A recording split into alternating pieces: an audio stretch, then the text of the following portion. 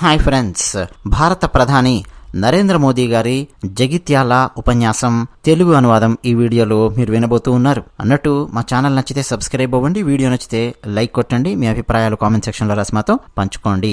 ఇక డైరెక్ట్ గా స్పీచ్ లోపలికి వెళ్ళిపోదాం. భారత్ మాతాకి జై, భారత్ మాతాకి జై, భారత్ మాతాకి జై. నా తెలంగాణ కుటుంబ సభ్యులందరికీ నమస్కారాలు. లోక్సభ ఎన్నికల తేదీలు ప్రకటించారు. ప్రపంచంలో అతిపెద్ద ప్రజాస్వామ్య పండగ ప్రారంభమయ్యింది. ఇక మే 13న తెలంగాణ ప్రజలు కొత్త చరిత్ర సృష్టించబోతున్నారు. మే 13న తెలంగాణలో జరగనున్న ఎన్నికలు అభివృద్ధి చెందిన భారతదేశం కోసం మే 13న జరగబోయే ఎన్నికలు. భారతదేశం అభివృద్ధి చెందితే తెలంగాణ కూడా అభివృద్ధి చెందుతుంది. తెలంగాణలో భారతీయ జనతా పార్టీకి ప్రజాభిమానం రోజు రోజుకు పెరుగుతోంది. తెలంగాణలోని ఈ దృశ్యం, జగిత్యాలలో కనిపిస్తున్న ఈ జన సందోహం దానికి నిదర్శనం. గత 3 రోజులలో తెలంగాణకు రెండోసారి వచ్చాను. అంతకు ముందు కూడా నేను తెలంగాణకు వేల కోట్ల రూపాయల అభివృద్ధి కార్యక్రమాలను కానుకగా తీసుకుని మీ సేవలో కనిపించాను. ఇదే నెలలో ఆదిలాబాదు నుంచి యావత్ తెలంగాణకు 56,000 కోట్ల రూపాయలతో చేపట్టిన అభివృద్ధి పనుల ప్రారంభోత్సవాలు, శంకుస్థాపనలు చేశాను. ఇదే నెల సంగారెడ్డిలో కూడా హైవేలు, రైల్వేలు, ఎయిర్వేస్, మౌలిక సదుపాయాలకు సంబంధించి 1,000 కోట్ల విలువైన ప్రాజెక్టులను జాతికి అంకితం చేశాం. ఈ పరిణామం నేడు తెలంగాణలోని ప్రతి ప్రాంతానికి చేరుతోంది. అందుకే తెలంగాణలోని ప్రతి మూలన బీజేపీ మద్దతు పెరుగుతోంది. మల్కాజ్గిరిలో కూడా మనందరికీ ఆశీస్సులు ఇవ్వడానికి ప్రజలు వీధుల్లోకి రావడం మీరందరూ చూసి ఉండాలి. మే 13 దగ్గర పడుతున్న కొద్దీ, అంటే ఓటింగ్ రోజు దగ్గర పడుతున్న కొద్దీ తెలంగాణలో ఈ భాజపా కెరటం కాంగ్రెస్, బీఆర్ఎస్లను తుడిచిపెట్టేస్తుంది. అందుకే ఈరోజు దేశం మొత్తం అంటోంది జూన్ 4న 400 దాటబోతోంది. జూన్ 4న ఎన్నికల ఫలితాలు రాబోతున్నాయి. అందుకే జూన్ 4న 400 దాటబోతోంది అంటున్నారు. జూన్ 4 400 దాటబోతోంది. జూన్ 4 400 దాటబోతోంది. తెలంగాణ కూడా అంటోంది ఈసారి 400 దాటుతుంది, ఈసారి 400 దాటుతుంది. అభివృద్ధి చెందిన భారతదేశం కోసం 400 దాటుతోంది. అభివృద్ధి చెందిన తెలంగాణ కోసం 400 దాటుతోంది.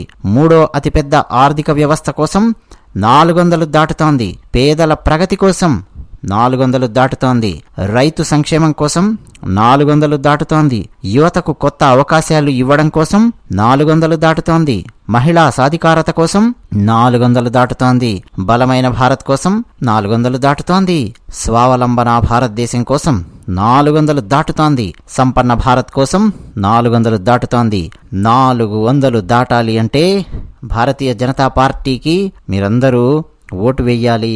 మిత్రులారా, ఈ తెలంగాణ నేల, భారత మాత ఒక్కసారి చూడండి, నేనెంత అదృష్టవంతుడినో చూడండి. నన్ను ఆశీర్వదించడానికి ఒక శక్తి, కుమార్తె శక్తి రూపంలో నా ముందుకొచ్చింది. అక్కడ కూడా ఒక కూతురుని చూడండి, ఆ గుంపులో శక్తి రూపంలో ఉన్న ఆమె నన్ను ఆశీర్వదించడానికి వచ్చింది. ఒక్కసారి ఇక్కడ చూడండి, శక్తి స్వరూపిణి అయిన ఒక తల్లి, ఆమెతో పాటు శక్తి స్వరూపాలైన ఎందరెందరో తల్లులు, సోదరీమణులు ఈరోజు నరేంద్ర మోదీని ఆశీర్వదించడం కోసం ఇక్కడికొచ్చారు. నిన్ననే ముంబైలో ఇండి అలయన్స్ ర్యాలీ జరిగింది. మరియు ఎన్నికల ప్రకటన తర్వాత ఇది ఇండి అలయన్స్ యొక్క మొదటి ర్యాలీ, వారికి అత్యంత ముఖ్యమైన ర్యాలీ.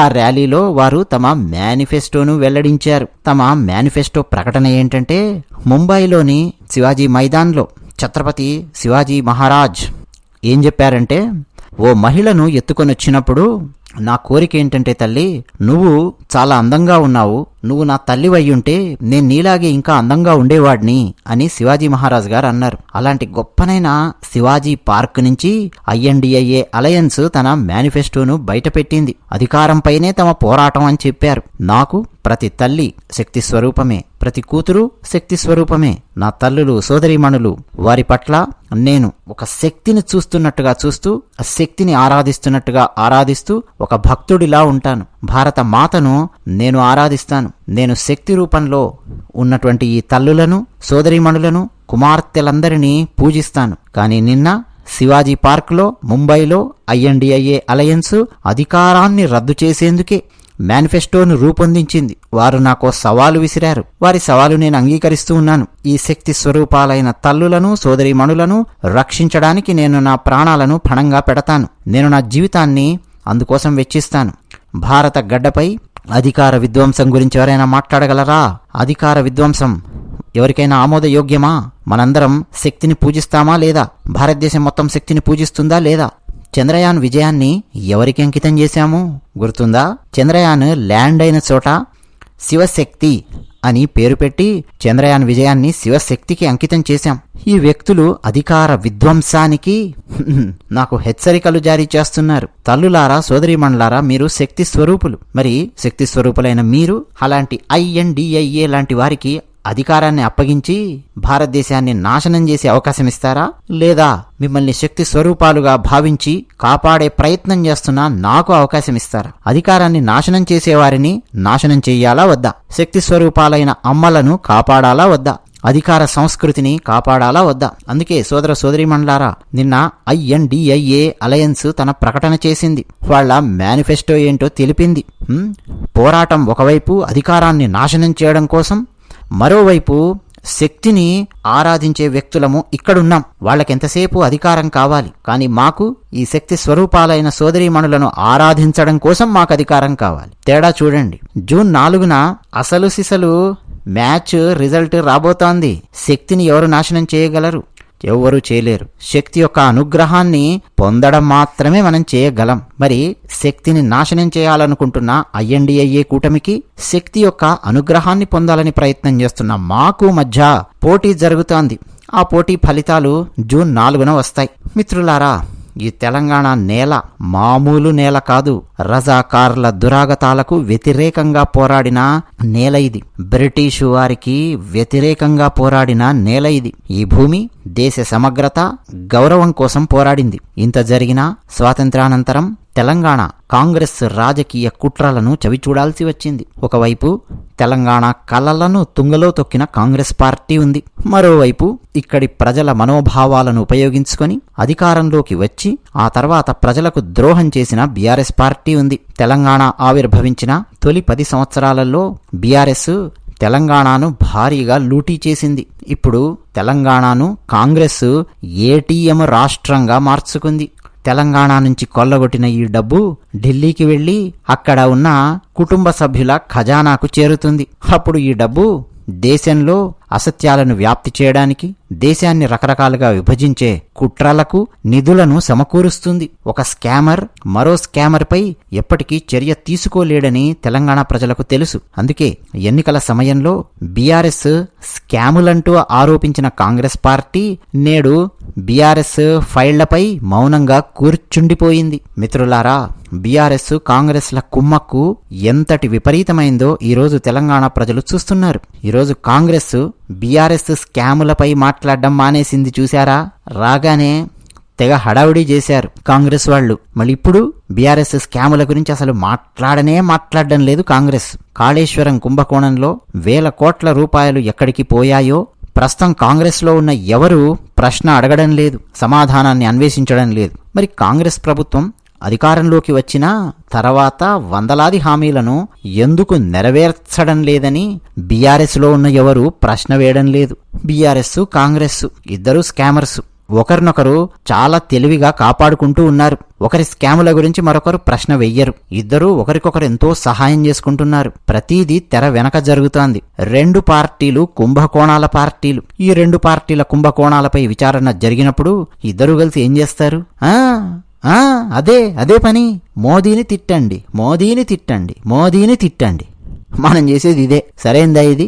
ఎంతమంది మోదీ మోదీ మోదీ తప్ప పగలు రాత్రి ఈ మోదీ నామస్మరణ కాకుండా ఇంకేమైనా నామస్మరణ చేస్తారా? అరే మోదీ నామస్మరణ ఎందుకయా? భారతమాతకి జై అని నామస్మరణ చెయ్యండి. అసలు వీళ్ళ నోట్లో నుంచి ఎప్పుడైనా భారత్ మాతకి జై అని విన్నారా? మోదీ మోదీ మోదీ అని చెప్పి 100 సార్లు అరుస్తూ ఉంటారు. అరే తల్లి భారతావనిని ఒక్కసారి కూడా గుర్తు తెచ్చుకోరేంటయా? భారతదేశాన్ని గుర్తు తెచ్చుకోండి, భారత మాతను గుర్తు తెచ్చుకోండి. భారతమాత గుర్తుంటే భారతదేశం గురించి మనం ఆలోచించాలని, భారతదేశంలో ఉండే ప్రజల గురించి ఆలోచించాలని చెప్పి అనిపిస్తుంది. ఎంతసేపు ఇద్దరు స్కామర్లు కలిసి మోదీ మోదీ మోదీ అని చెప్పి ఏమొస్తుంది? తెలంగాణకు చెందిన నా మిత్రులు బీఆర్ఎస్ మరియు కాంగ్రెస్ ఒకరినొకరు ఎన్ని కవర్లు ఇచ్చుకున్నా, ఎన్ని తెలివితేటలతో ఒకరినొకరు కాపాడుకునే ప్రయత్నాలు చేసినా వారి దోపిడీలో ప్రతి ఒక్కరికి లెక్క ఉంటుంది. తెలంగాణను దోచుకున్న వాళ్లను వదిలిపెట్టే ప్రసక్తే లేదని తెలంగాణ ప్రజలకు మోదీ హామీ ఇస్తున్నాడు. ఇది మోదీ హామీ, ఇది మోదీ గ్యారంటీ. తెలంగాణను దోచుకున్న వాళ్ళని ఎవ్వరిని వదిలిపెట్టే ప్రసక్తే లేదు. మిత్రులారా, కుటుంబ పక్షాలు, కుటుంబ వాదంలో మునిగి తేలిన వీళ్లు దేశాన్ని దోచుకోవడానికే రాజకీయాల్లోకి వచ్చారు. ఇలాంటి వ్యక్తులు దేశానికి, ఏ రాష్ట్రానికి మేలు చేయలేరు. అరే, వంశపారంపర్య చరిత్ర మొత్తం పరిశీలిస్తే దేశంలో జరిగిన అన్ని పెద్ద పెద్ద స్కాముల వెనుక ఏదో ఒక వంశపారంపర్య పార్టీ మీకు కనిపిస్తుంది. ఒకసారి ఆలోచించండి. దేశంలో లక్షల కోట్ల విలువైన 2G స్పెక్ట్రమ్ కుంభకోణం గురించి ఆలోచించండి. మీడియా మిత్రులకు కూడా నేను దీన్ని హోంవర్క్గా ఇస్తున్నాను. 2G స్పెక్ట్రమ్ కుంభకోణం గురించి ఆలోచించండి. ఏ ఏ పార్టీలు ఇన్వాల్వ్ అయ్యి ఉన్నాయో చూడండి. అన్ని వంశపారంపర్య పార్టీలే ఉంటాయి. ఎవరెవరి పేర్లు బయటకు వచ్చాయో చూడండి. ఢిల్లీ దర్బార్కు ఆదరణ, డిఎంకే, వీళ్ళు, అలాగే దేశంలో నేషనల్ హెరాల్డ్ స్కామ్ జరిగింది. ఎవరి పేరు బయటకు వచ్చింది? కాంగ్రెస్ పార్టీ పేరు బయటకు వచ్చింది నేషనల్ హెరాల్డ్ స్కాములో. కాంగ్రెస్ అంటేనే అతిపెద్ద కుటుంబ పార్టీ, అవునా కాదా? బోఫోర్స్ కుంభకోణం జరిగింది భారతదేశంలో. ఎవరి పేరు బయటకు వచ్చింది?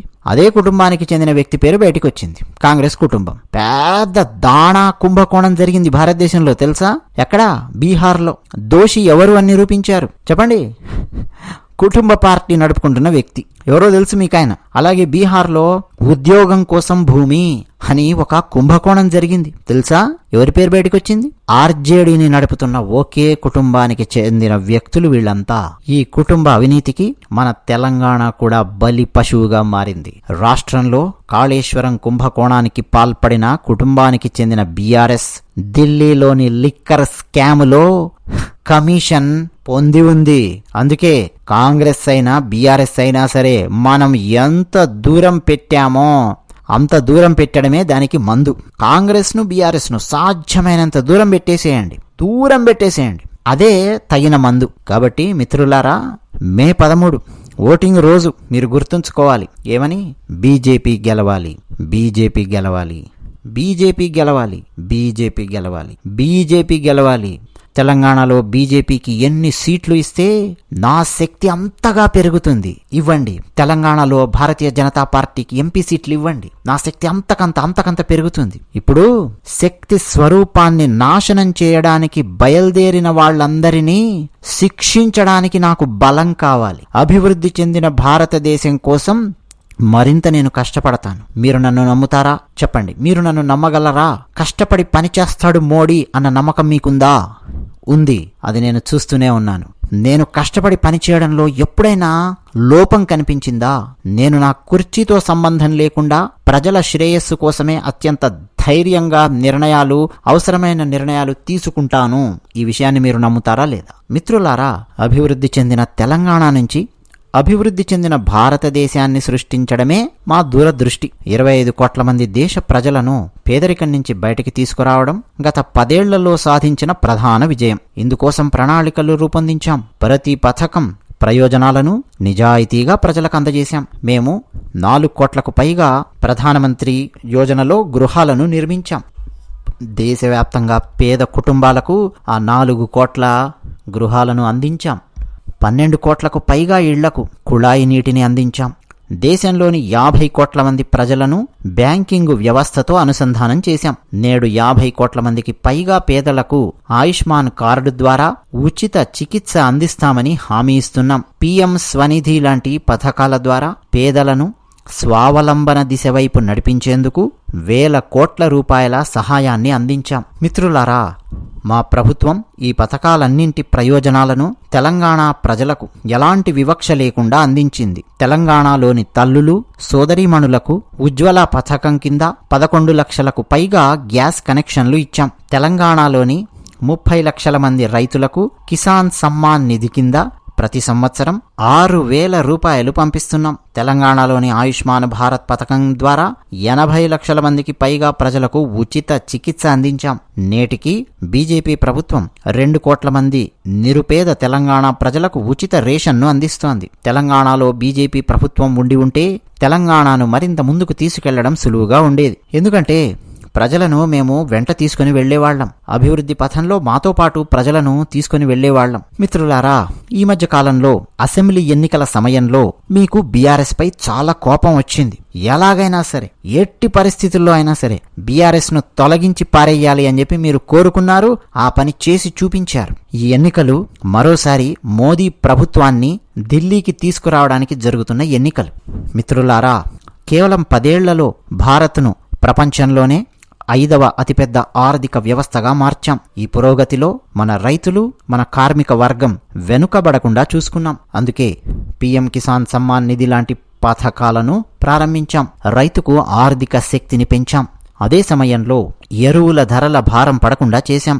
రైతుల ఆదాయాన్ని పెంచేందుకు పంటల ఎంఎస్పీని పెంచాం. ఈ ప్రయత్నాల ఫలాన్ని నేడు తెలంగాణ రైతులు పొందుతున్నారు. 2014 సంవత్సరంలో 1,300 రూపాయలు ఉన్న వరి ఎంఎస్పీ నేడు 2,200 రూపాయలుగా ఉంది. ఒక్క తెలంగాణ రైతుల నుంచే 1,30,000 కోట్ల రూపాయలతో వరి కొనుగోలు చేశాం. ఈ ప్రాంతం పసుపు రైతుల కోసం మేమేం చేశామో మీకు తెలిసిందే.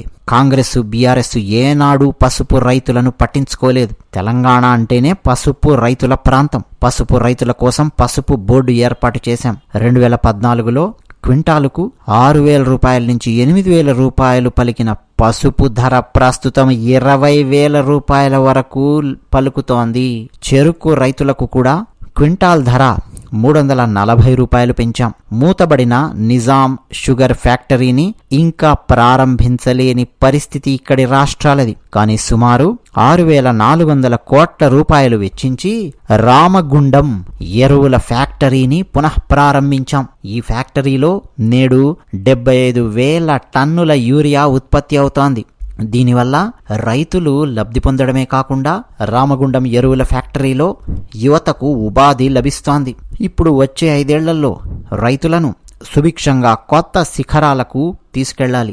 మిత్రులారా, ఇంతకుముందు అభివృద్ధికి సంబంధించిన వాగ్దానాలు దేశంలో అతిపెద్ద ఎన్నికల అబద్ధాలుగా పరిగణించబడే పరిస్థితి మనం చూశాం. కానీ ఈ 10 సంవత్సరాలలో అభివృద్ధి చెందిన భారతదేశానికి అతిపెద్ద గుర్తింపుగా వాగ్దానాలు అవతరించాయి.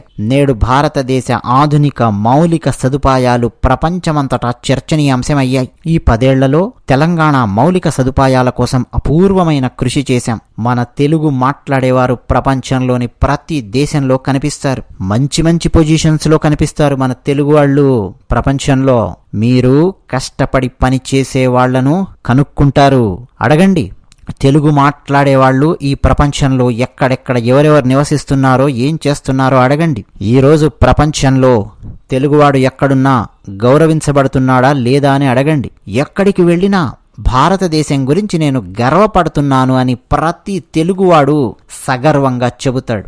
దాదాపు 25,000 కోట్ల రూపాయలు వెచ్చించి ఇక్కడ తెలంగాణలో జాతీయ రహదారులు నిర్మించాం. ఒక్కసారి తెలంగాణలో ఉన్న హైవేలు చూడండి. అంతకుముందు తెలంగాణలో ఉన్న హైవేల పరిస్థితి ఒక్కసారి ఆలోచించండి.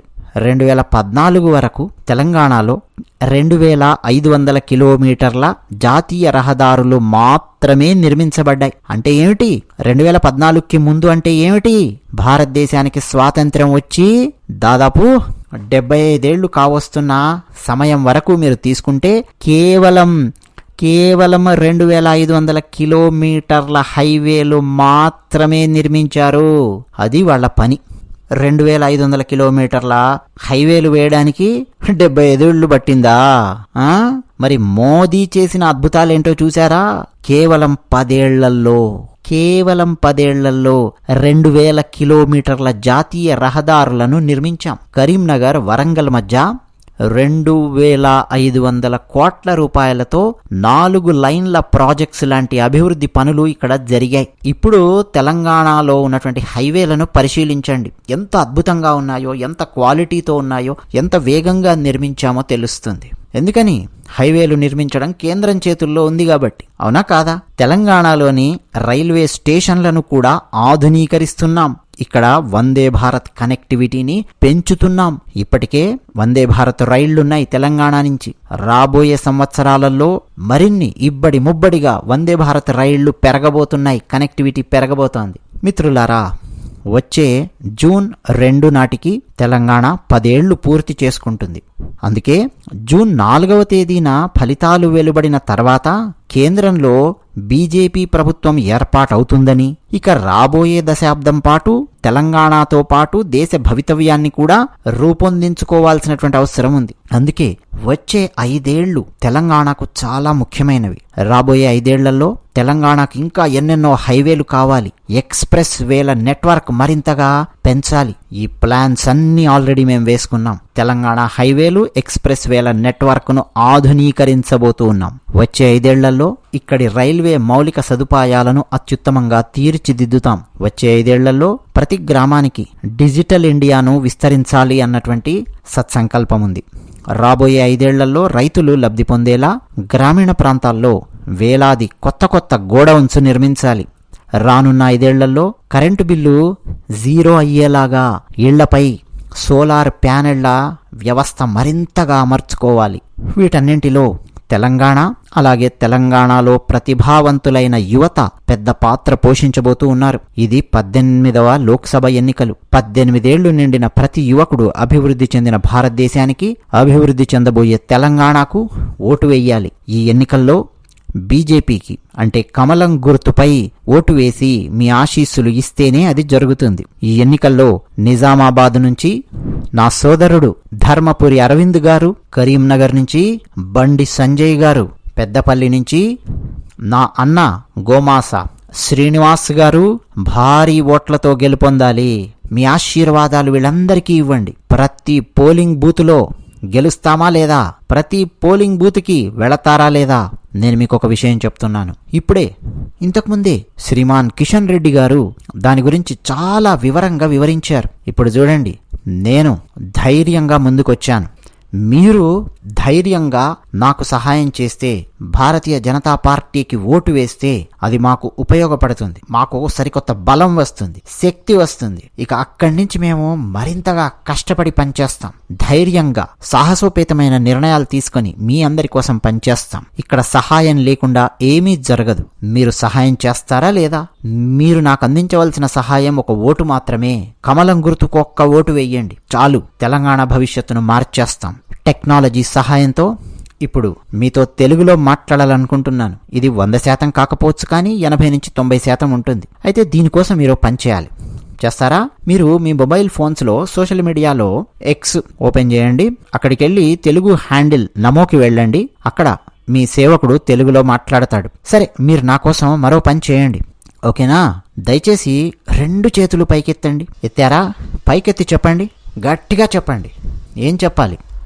నేను ఇది ప్రారంభించాను అన్నట్టు తెలుగులో మీతో కనెక్ట్ అవ్వాలి అనుకుంటూ ఉన్నాను. తప్పులేమైనా ఉంటే దయచేసి మన్నించండి. నాకు తెలుగు నేర్పిస్తారా లేదా? మీ సహాయం నాకు కావాలి. నేను మీతో నిరంతరం తెలుగులో మాట్లాడాలనుకుంటున్నాను. అందుకే నేను ఆర్టిఫిషియల్ ఇంటెలిజెన్స్ టెక్నాలజీని ఉపయోగిస్తూ ఉన్నాను. మీరొక్కరే కాదు, తెలంగాణ మొత్తం మోదీని తెలుగులో వినాలి అని కోరుకుంటూ ఉన్నాను. ఇక మీ మొబైల్లోకి వెళ్ళినప్పుడు ఎక్స్లోకి వెళ్ళి నమో డౌన్లోడ్ చేసుకోండి.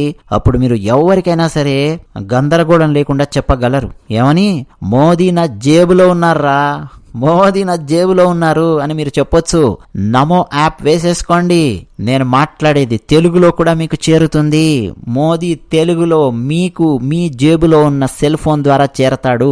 అభివృద్ధి చెందిన తెలంగాణకు నేను హామీ ఇస్తున్నాను. ఈసారి తెలంగాణలో భారతీయ జనతా పార్టీ జెండాను ఎగురవేస్తానని మీరందరూ కూడా నాకు హామీ ఇస్తారని నాకు నమ్మకం ఉంది. ఇస్తారా లేదా? మీరు నాకు హామీ ఇస్తారు కదా?